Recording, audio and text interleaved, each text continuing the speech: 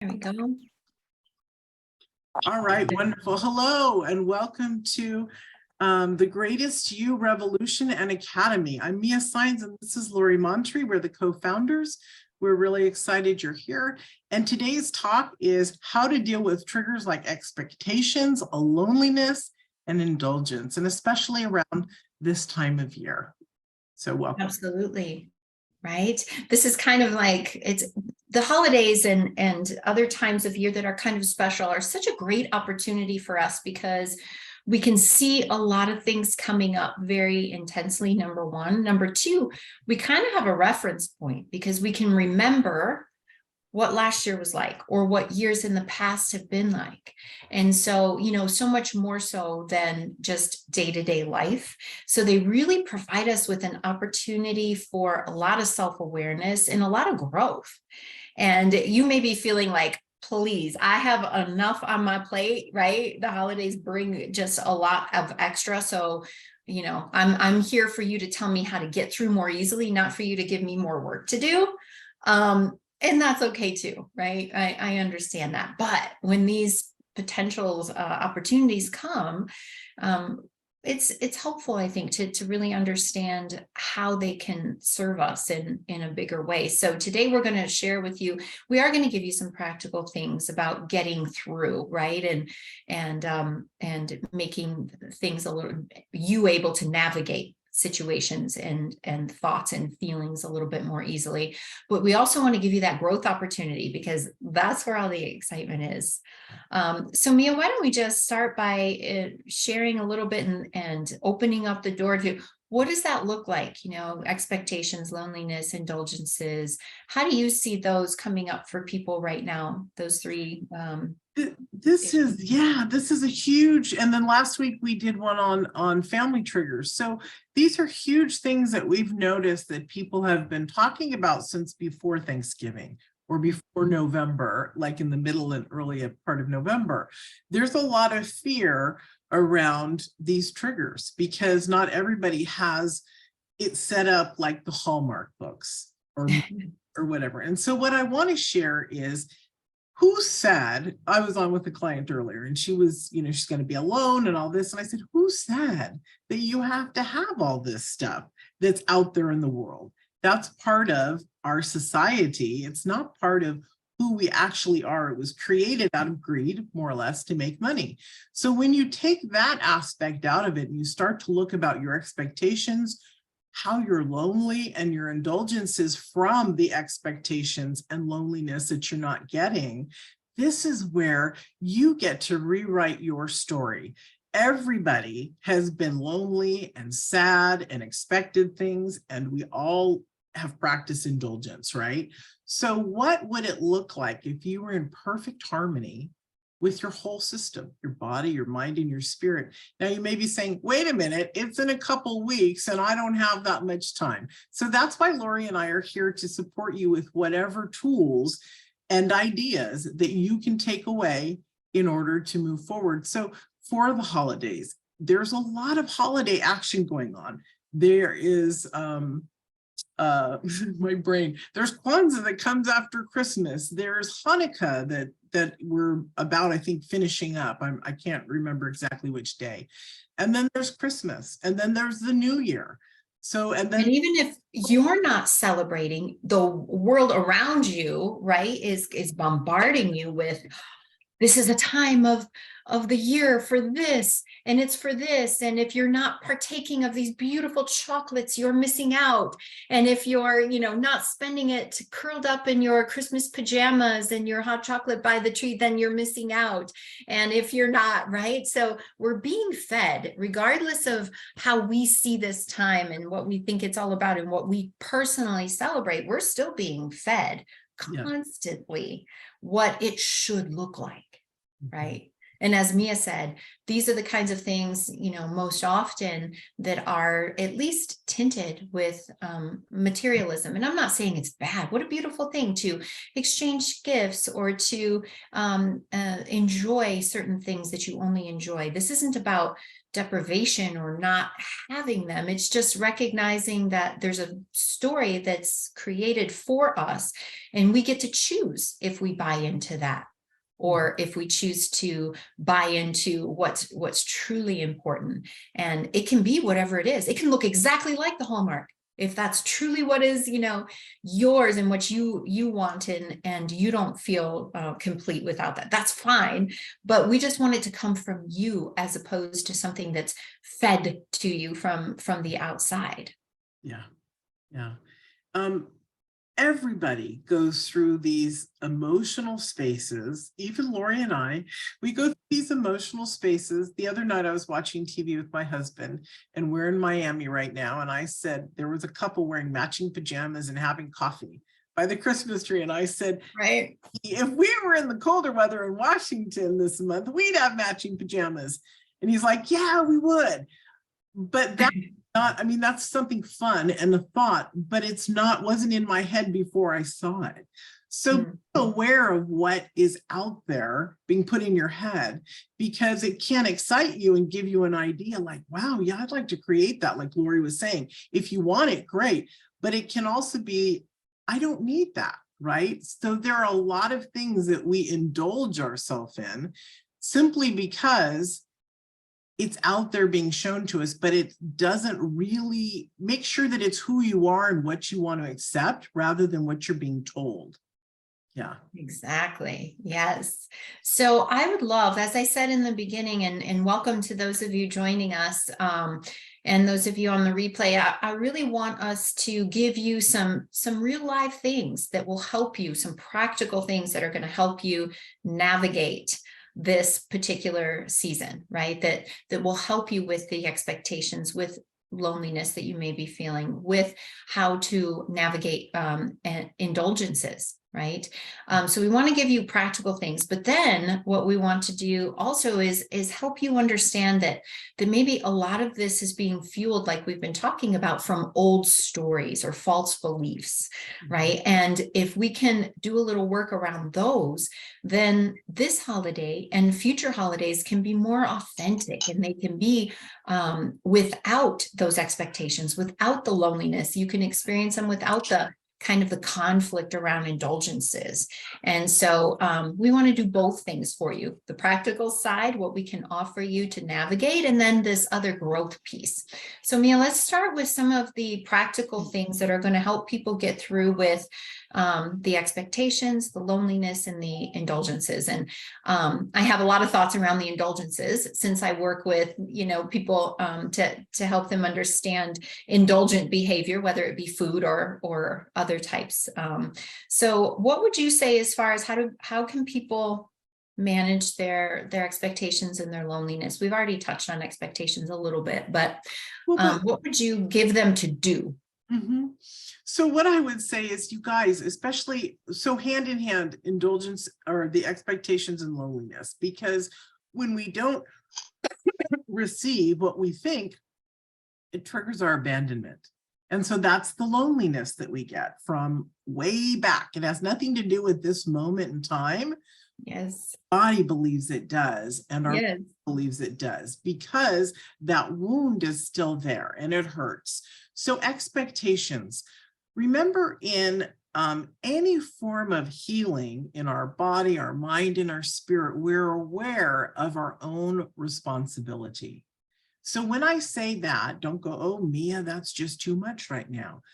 Our own responsibility is the most magnificent thing that allows us to create and choose. So expectations, you want to go, I keep working with a lot of people coming up to these holidays. You want to have a specific type of dinner that means something to you, you go create it. You either do it yourself or you go out to dinner and make a reservation. There are ways in which you can treat yourself during this time so that you don't have to go into loneliness and indulgence. And remember, remember you, remember about you, that the indulgence or the loneliness is only a disruption of an expectation, right? It wouldn't happen if your expectation was different. So what if you put yourself front and center? What if you were the most magnificent thing? And I'm talking about beginning to feel that by doing things for yourself that you actually would like to do with somebody else, but because that somebody else isn't there, or they're not in that kind of a place with you, you can still create for yourself. Be aware of what you truly, truly want and move from there. I love to share with people recently, I've been practicing having certain dinners or meals that I can create for myself as a date night with a movie. And it's been really beautiful. At first, it wasn't beautiful. Yes, that's so important. Say that again. At first, it wasn't beautiful because it was a lonelier experience. Yes. As I got into it and created for myself and nobody interrupted me, I realized I was having more fun than what I could have with someone else. Now, that's not about taking away from relationship. I was in a place where my husband and I were separated for a while. So what I found is this is so exciting for me that even when my friends call or text, hey, can I stop by and hang out? I say, no, sorry. Sometimes, right? Not always, but No, but when I'm in the middle of my date yes. with myself, Yes. because it's so amazing and so much fun. And so that's what we want you to understand is you can create experiences for yourself, and you should, that you want deeply, that means something for you. And it doesn't have to be really expensive. It could be a wonderful dinner and a movie on TV. It can be a bath with candles and music and quiet time. It could be a moment or an hour by the fireplace reading a book, whatever makes you feel good that you want to experience. So expectations can be shifted, right? Absolutely. Yeah. And those moments aren't available when you're saying to yourself, oh, this isn't what it's supposed to look like.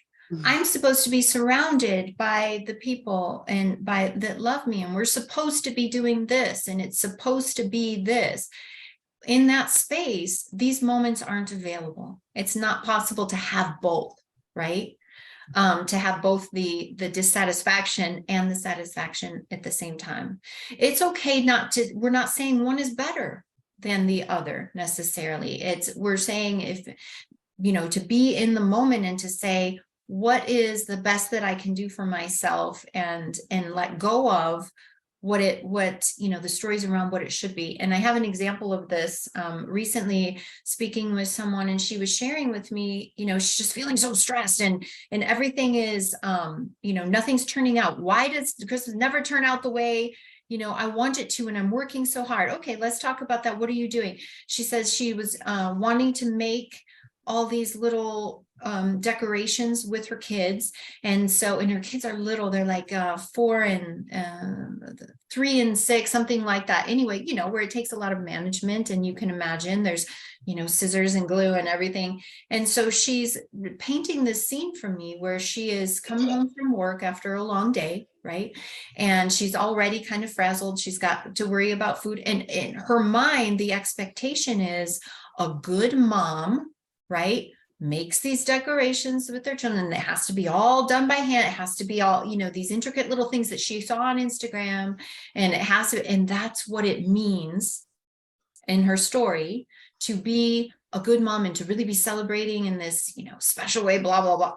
And so as we talked about, well, how did that turn out? How was that experience? And it was horrific. Her nervous system got all kicked up. And because she's a client that I work with on her emotional eating, the whole night was spent, putting food in her mouth to try to calm down from the intensity that she was trying to create this thing that she had created in her mind, that's what we should be doing, right? And then, contrasting that to just being able to be free and saying, what actually fits me? What actually can I do with my kids? Here's some construction paper. do your best to cut out some circles and we'll write our name in it, something like that. And as we talked about it, this big, beautiful relief came over, like, yeah, why do I have that? Sometimes we don't even stop to think about why we are pushing so hard for something or why we're so attached to something. And sometimes it's because it means I'm a good mom, or it means if I'm surrounded by these people and everyone's having a good time, that I'm a good host, or I'm a good, matriarch, or whatever it is, right? And so it's a great time to step back and look at, what are my stories? What are my expectations? Where did I get them? Is it when I try them on and I'm in a quiet space with myself, do they truly resonate with me, or are they coming from outside of me? And that's a skill, right, Mia? That's why we spend the first, month in the academy really learning how to tune in and listen to your own truth, because with everything blaring at you all the time, it can be very difficult to get connected to that truth. But living from that truth is where we find joy and meaning and fulfillment, not in reaching for expectations that were created for us or that we took on because we've seen them. Or maybe somehow, in our families of origin, those traditions that were held or whatever, we feel like if I'm not following through on the traditions, then it's not a real Christmas, right? Or whatever. That's the hard thing that goes back to family that we talked about before, because we see this stuff, it's imprinted in us, guys, from very little. And we want to have, like, if your parents did beautiful things, or your mother did, and your relatives came over and you heard, this is so amazing, your mom is so great, she right every year, then it's imprinted in you that that's something you need to do. Yep. Actually, your nervous system, your body, your psyche, your experience, whatever, may just want to have a quiet Christmas, or with a loved one, or one or two people instead of 50. Yep. Lori used to do it for millions of people on Christmas. Yeah. It was a way to show my worth. It was a way I could be valuable, because I didn't yet know that my value rests in being connected to myself, and then honoring that and showing up authentically, right? That's much more valuable than showing up as a phony. Yeah. Right? And it's okay to be that type of person, but make sure that it's truly what you want. Yes, absolutely. It's totally fine. Everything is totally fine. It's just a matter of, is it really coming from me? Is this my truth? Or why am I doing it? Why am I doing the things that I'm doing is the question that you can really will just open up a lot of doors for you. Why am I doing this? Why do I feel this is so important? And let those answers come in, and they will inform you as to how to let go of expectations and not feel like you have to live from those old stories.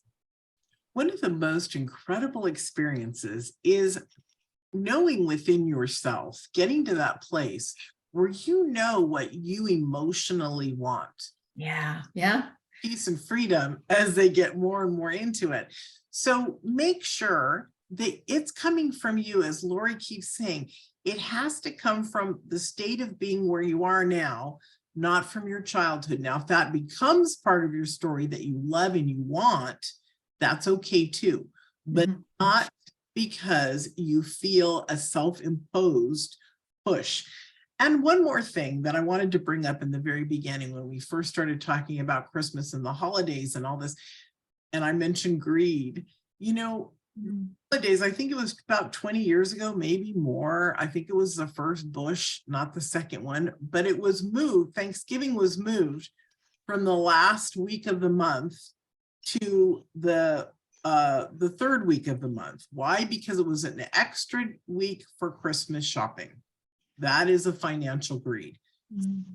Look at the things that have been imposed upon you by society, by who you are, and make your choices and your judgments from there. We also try not to judge. No shame, no blame, and no judging. It's all neutral. But be gentle with yourself when you're looking at this, because whatever you decide you want is what you want, and that's okay. Your story is what's important. What you want is important, not what I want for you, what you want for you. Yeah, yeah, exactly.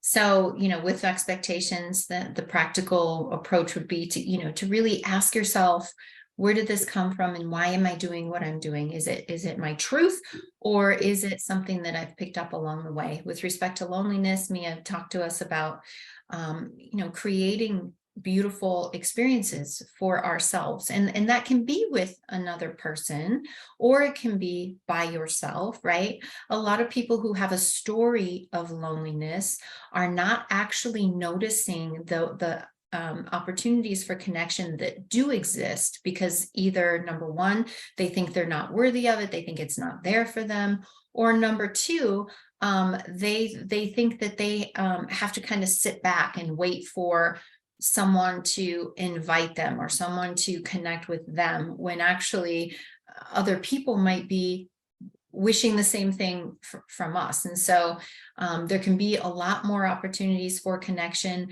even if it is making eye contact and calling the cashier who's checking us out by their name. It can be, there are so many, if we're not attached to the story of loneliness, there are so many opportunities for really beautiful connection. And so letting go of the expectations and just looking for connection, knowing that you are a being of connection, and not needing it to look like anything in particular will allow you to create it in more and more spaces. And so the last part with respect to indulgences, these are all very much related, because indulgences often come from our expectations or the stories that we take on, because we feel like Christmas is the time for indulgence. If you're not indulging, then you're not experiencing the holidays.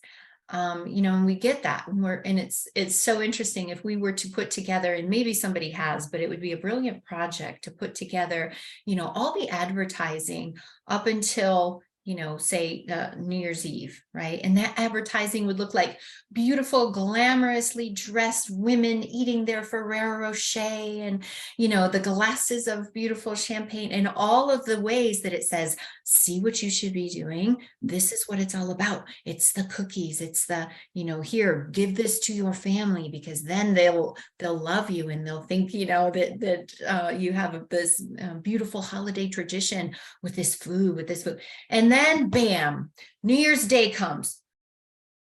Did you overindulge again? Here's the diet answer that you need to be cruel to yourself in order to undo all of those indulgences. I mean, don't you see that, in so many ways, we're like pawns. They're feeding us, right? You have to indulge. You really must indulge. And then they're like, shame on you for indulging. Here's how you're going to get rid of it, right? And if we really look at that dichotomy and see that, we're being played, right? And so really stepping back and noticing, is there a story behind the indulgences? And that goes for food, it goes for shopping, right? You need, those last minute gifts. And you think to yourself, did I buy enough? Do I have, what are the expectations again? So, with all of these, just noticing where that's coming from, like we've been talking about, but also, there are some little hacks, I guess I would say, and that we can use for indulging. And I'll talk about two of them, one with respect to food and the other with respect to gifts and spending. And really it's about not letting that self that is triggered in the moment or that can get carried away make the decisions.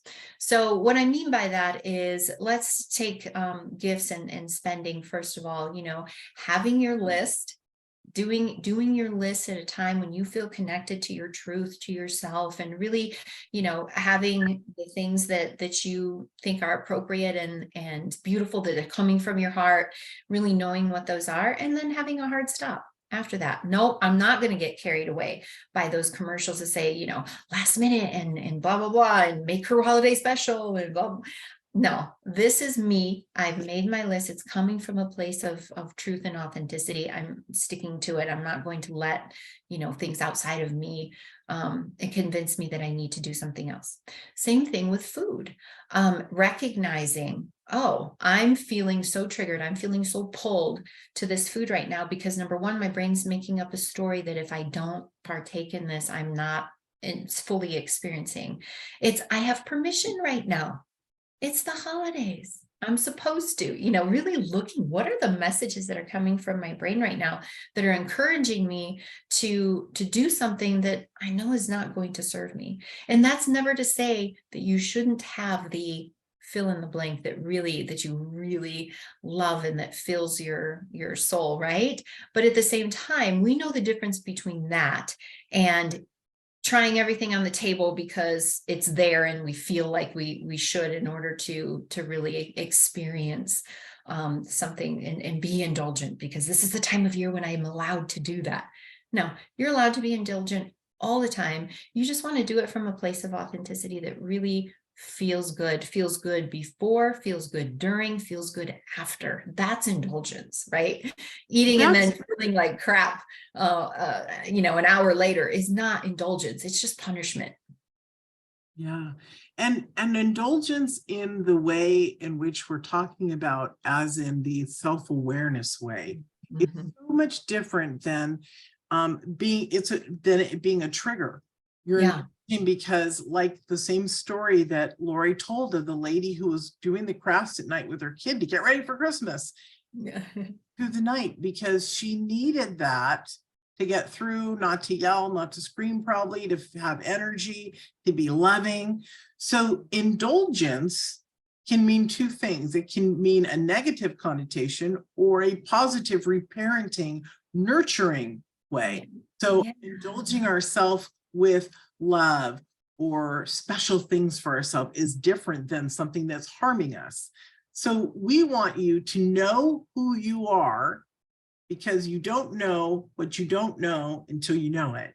That's the one thing we're going to say is definitely we want you to know who you are. So examine this stuff so that you get to know who you are. We spoke about that in the beginning. You might want to journal things out, talk it through with yourself. Because when you are aware and you're writing stuff down as you're going through it, you're making other synapses start to move and to shift and to grow new patterns. You're getting excited. Now some people can do this where they can think it in their head and not write it down, and they can actually create from there. But that's a more unusual trait. So writing it down, getting it to paper, you can go back and look at it. It can support you in moving forward. Be aware what you want from a beautiful state of being or a reparenting, nurturing state, as opposed to a frenetic, frightened, disconnected state. Yeah, absolutely. And with respect to, indulgences, when we're talking about food, is having that awareness, going ahead and thinking about, I want to try one dessert tonight. I'm going to really indulge in it. It's going to be beautiful and I'm going to have an experience with it. But, one is enough, deciding that beforehand. Or I want to try 3 different things. I want to try a couple of bites of 3 different things, or whatever it is, but having in your mind from a connected place, how do I want to do this? Not a restricted place where it says, you need to be good. You really shouldn't be having treats and things like that. That's going to backfire on you. So just really being connected and coming from a place of consciousness, right? I am here, I'm checking in, I'm asking myself what would serve, knowing that, sometimes the brain tells us stories like this isn't going to be available, or I don't allow myself to have this any other time. So of course, if that's a story that's going on in the back of your mind, you're going to be like, oh, I better have the cheesecake and I better have this and I better have this because it's not allowed, or I don't make it available to myself. So, taking something home so that you can enjoy it at another time when it actually feels good and you can be present with it. Or, telling yourself, oh, if I feel like cheesecake tomorrow, if I do, I'll go find a piece. Instead of letting those messages, oh, you have to do it now, it's scarce, it's going to go away. Those kinds of messages are really important. Yes, you just said it. It's scarcity and fear. Yeah. So operating from scarcity or fear is never the place that you want to be in your authentic state of being. Yeah, because it will drive you to do things that don't feel good, that are not truly enjoyable, right? We're doing them from that place.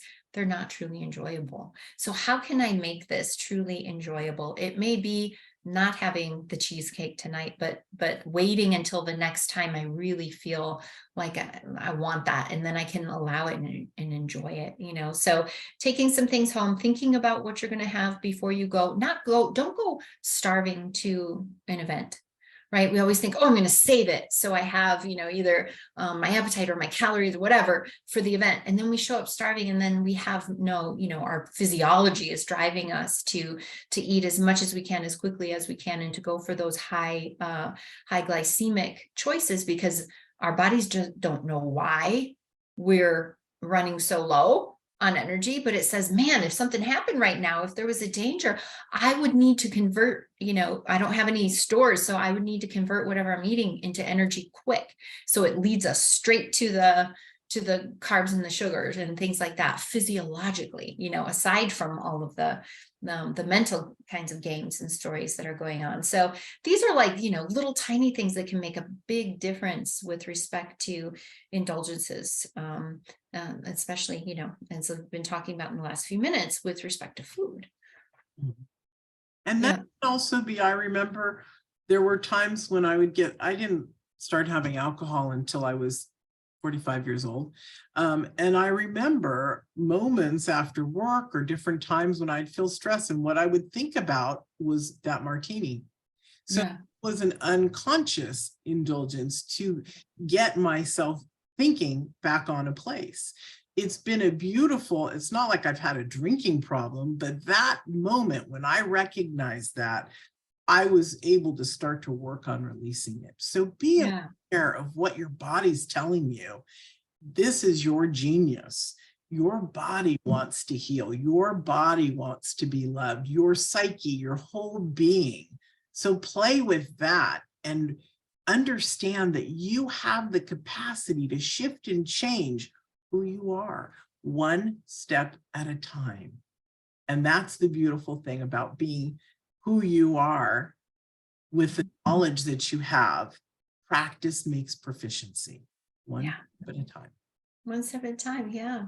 So these are, you know, we've been talking about some, I don't want to say surface level, but these are more like the getting through, the navigating. And I want to offer you just for just a few minutes, kind of a little taste of our deeper approach, which is, how do you work with these old stories and beliefs so that they no longer are driving your car, right? That they are not in charge of you and your experiences.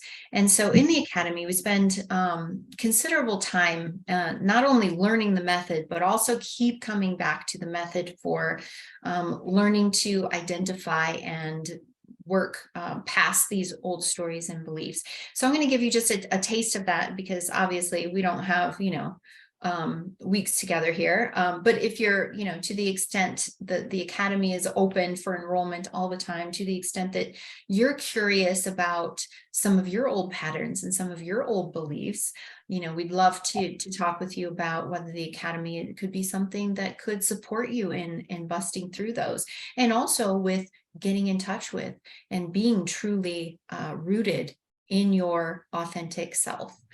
So those are just two of the many topics that we do cover in the Academy. But let me just, and we'll go through together a little bit about how you can really start to put mythology to working through this, right? So step number one, realize what your stories are. Hopefully what we've talked about today with respect to expectations and where things come from gives you enough material that you can start to understand, what are my stories around, you know, in particular, the holidays or expectations, loneliness, indulgences, any of those areas, or all of them if you're feeling ambitious and in a growth mindset. And then step number two is to recognize where they come from. And the reason why we recognize where they come from is not because we have to dig up everything and solve it all and figure it all out and fix anything. It's because if we understand where it comes from, then we can start to question it and realize, oh, this belief that I have is just because I began that thought pattern back at this time. This younger version of me made up this story to make sense of what was happening in the world. And now I've carried it forward. So at that point, you can really start to, kind of question the veracity of this old story and this old belief, because the brain is holding on to it because it thinks that it is protecting you. It thinks that it is important and that you have to continue to believe this way. Otherwise, there's a danger. So understanding where it came from really helps you. And I always give the wonderful example of when I was a kid, I got picked on a lot for being chubby. And there was one boy on the bus in particular, Randy Miller. And it's just my hope that someday Randy Miller is going to happen to come across a video of mine and hear his name and be like, oh, wow, I had that, impact on that. Maybe he'll even send me a note and be like, yeah, sorry, I called you, this and this. But anyway, that's another story for another day. So Randy Miller put a whole bunch of stories in my head and I believed them and I took them forward. And so doing this work, long time ago when I started doing this work, realizing, wow, I'm letting Randy Miller organize my life. I'm letting the things that he said to me dictate my life and how I see the world. And that was such an eye-opening experience. It was like, oh, okay, is that a good idea? Do I really want to get Randy Miller in charge of my life? And so that's why we go and we recognize where they came from. So you can see, wow, that came from, that Christmas when I was 6 years old, or from, this experience, like Mia was saying, people come in and they see the things that your mom has done or whatever, and they think, oh my gosh, isn't that lovely? Or she's so talented, and they're giving her praise and worth. And you're like, got it. To your little kid mind, right? Got it. That's how I become worthy. That's how I have value, right? So then we can start to really question, is that true? Is it something that I want to continue to believe? So that is, again, step number 2, recognize where it came from. Step number 3 can be, recognize how it affects you in your life. What is this costing you? What does my life look like because I have this belief? Do I like that, right? And then the 4th step, and I'm simplifying this greatly because obviously we don't have time, space to really dive into the bigger processes that are behind each one of these steps, but you can still get a lot out of it. And the 4th step would be to get really connected to yourself and to spirit, to the divinity that lives within you, and ask, what's truth? What is truth? And maybe not immediately, maybe not the first time you ask, but you will start to get beautiful downloads of truth.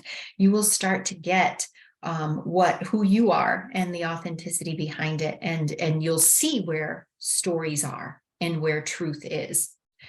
And then it, takes some time. It's not like as soon as you recognize or hear truth, it's not like you flipping on the switch and you're like, oh, cool. Now I'm living only from the truth. And all those old stories are gone now because I've seen, right? Seeing is a beautiful thing, but it doesn't create new neural pathways in the moment, right? Because we can just think about this from a very scientific point of view, which is all of those old stories. Every time you thought and carried out those old stories, they laid down a track, and that neural pathway is strong. You can think of it like, I'll describe it in a couple ways, but one of my favorite ways is to think of these tracks that we're building like a road. And every time you think that thought, this road becomes a little steeper and a little smoother, so that after you've thought it so many times, you're standing up here with your roller skates on, and it takes like a gentle breeze for you to get started and just follow that old way of thinking. And in fact, not only, is it easy to think it, it's hard to stop it because it's been, it's so smooth and so steep at this point. And so when we're trying to tap into the truth and then start to live from truth, we have to create a new road to go down, a new neural pathway. So that's why a lot of times people will say, I tried and it doesn't work. Well, you try, that's awesome, right? That you're starting and that you have access to truth, but that road's not been built yet. And it's not gonna be built until you think that new thought and follow that and embody it and start acting from that place more and more and more. So for a time, there exists 2 pathways, right? The old pathway and then this new jungle pathway that you're trying to carve. And you have to spend time and put in effort cultivating and creating this new pathway. But pretty soon what happens is you start to be able to take the new pathway more and more. And the old one that used to look like this, starts to become less steep. It starts to become less smooth. And you find yourself following the new pathway, the truth, more and more often. And we have lots of ways that we can make that process much, much more efficient, because we know how the brain works, and we can use that neuroscience to help us really create the new path as quickly as possible. But just know that it does take some time and effort to live into the truth once you see it. And so I always make sure to share that whenever I'm offering the method, because so many people get to the fourth step and they're like, but I know better. And I'm still doing it, or I'm still thinking those thoughts. So this doesn't work, or I'm broken, or it works for everybody else, or whatever the story is. And that's not true at all. It's just, we need to create the new pathway. And so we can get some, we can have a lot more compassion for ourselves and the process, right? But like I said, there's a lot of ways. Neuroscientists are freaking brilliant. And they have shown us, do it this way, and that new path will be created much, much quicker. So this is what we have to offer you as far as the growth piece, right? There's the getting through and navigating it in a way that's more authentic, but then there's this growth piece that's available to you right now. And hopefully you'll be able to do a little bit of both.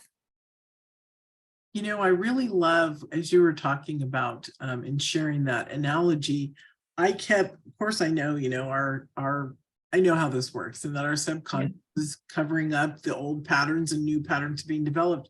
But I saw it as a picture this time, like on a canvas, a picture that didn't suit anymore. And I was recreating a piece of yes, really beautiful, because that is how easy, if you allow yourself. So part of what we do too is we teach you the ease. We talk about ease and the surrendering into things, because as you have that ease, that's what it allows you to believe, and it comes to where you want. It's a beautiful recreation of a road or a picture. Yes, I love the picture idea, because I like the, instead of building the road, which is fine, and that may appeal more to some people, but I imagine that to others, it may feel very joyful, to be working on my canvas as opposed to building a road. And I really like what you said about, having ease with the process, because we always come back to the nervous system, and it's in that state of ease, right? And not being, oh no, I'm thinking that old thing again. I'm doing that old thing again. I'm feeling triggered. Oh no, this is bad, right? Your nervous system is all activated, and an activated nervous system can't create new neural pathways. Right. That's something that a lot of people, we don't touch on often enough for you to understand the importance of being in that state of flow and ease. That's where you can create new pathways. That's where you can become the different version of yourself that's more true to your greatest self, your authentic self. So that's a really important point. Thank you for reminding us that these things, to the extent that we can get in that ease and flow, it's going to happen much quicker. And that's one of the ways that we do try to make it as efficient as possible. Yeah. Yeah. Are there any questions from anyone? Okay. All right. Anything else, Lori? I don't think so. I think that was, really what we wanted to bring today, was the practical and the growth opportunity. And we're always here, we understand this is a lot of information. We try to pack a lot into a short amount of time. So if you're taking away, you're going over your notes, you're trying any of the things that we mentioned, please know that you can reach out to us, and, we can answer questions for you. You can also, hopefully you're members of the Greatest You Facebook community, because that's a great place for you to put your comments and questions, and for us to be able to support you more fully there with respect to anything that, you're taking away from the information that we're sharing. So know that we're here to help you integrate this material, right? It's great to listen, but when you take it and start applying it to your life, that's when changes can actually happen. And we love our Facebook group where we can, but also I just want to share with you, some of you have seen it, some of you may have not. But the Academy, we change things at Thanksgiving time, Lori and I, because we want more people to have access to this knowledge. So we used to sell the Academy for 6 months for $1,700, which is really cheap. It's a wonderful price. Yeah. Yeah. So what you get for 6 months, 12 modules. Now we have it at $97 a month, where you coaching with us and you get the program and you can leave at any time. So know that there is no, or let's rephrase that, know that there is support for you. Yes, that will not break the bank. That's right. And top-notch support, actually. Yeah, we're tired of, and you'll hear us say this over and over because it's true. We're tired of growth and real coaching opportunities to be only available to, you know, a select percentage of the population. So we designed it. We figured out a way to do it, and that was our mission when we started. We're going to keep working on this. We're going to understand how we can bring it to as many people as possible. So it is exciting that we've been able to do that. And so building this community will be a beautiful labor of love. Absolutely. All right, everybody. We will, are we having a talk next Tuesday, or are we coming back after the holidays?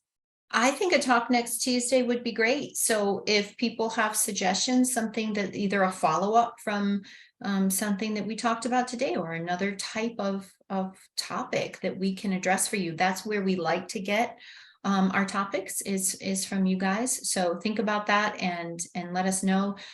This is going out in the replay, so you can reply to the email and let us know what we can bring to you to help support you in your beautiful growth journey. And hopefully we'll see you next Tuesday if you're available. Same time, same place. Same fat channel. Yeah. I'm going to turn off the recorder. Thank you, everyone. Perfect.